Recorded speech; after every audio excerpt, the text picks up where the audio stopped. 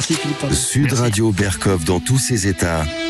Les perles du jour. Et le merveilleux Louis Chédid, je me suis fait la belle. Et oui, on a parlé effectivement de l'état des prisons françaises, un état aussi extrêmement, je veux dire, critiquable sur un certain nombre de conditions, parce qu'il n'y a pas de raison que parce qu'on est prisonnier, évidemment, qu'on soit maltraité à l'intérieur de la cellule, ou enfin, mais il y a aussi autre chose, il y a aussi, effectivement, selon que vous soyez puissant et misérable, et ça existe aussi chez les détenus, eh bien, écoutez, ça se passe de manière très différente. On a beaucoup parlé, effectivement, de Mohamed Amra, de ses 10 portables, de ses réceptions, etc.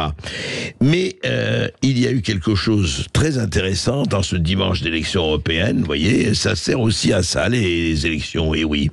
Un détenu de la maison centrale d'Arles, dans les Bouches-du-Rhône, s'est évadé après avoir voté en ce dimanche d'élection pénitentiaire.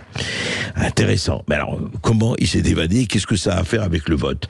Eh bien, le détenu bénéficiait d'une permission de sortie encadrée pour exercer son droit civique. Il s'est enfui, alors il est allé voter, effectivement, et les prisonniers ont le droit de voter, et ça c'est très bien. Mais il s'est enfui en sortant du bureau de vote au moment de rentrer dans le véhicule. Voilà, il a décidé de prendre la clé des champs, de se faire la belle, comme disait Louis Chédid. Voilà, l'enquête est ouverte. Alors on se dit comment ça se fait, comment ça s'est passé. Mais vous voyez, il y a des trous dans la raquette, bien sûr. Et quelquefois, pour lui, et en tout cas pour lui, le vote dimanche a été forcément plutôt un bon jour pour lui. Pour le reste, c'est à voir.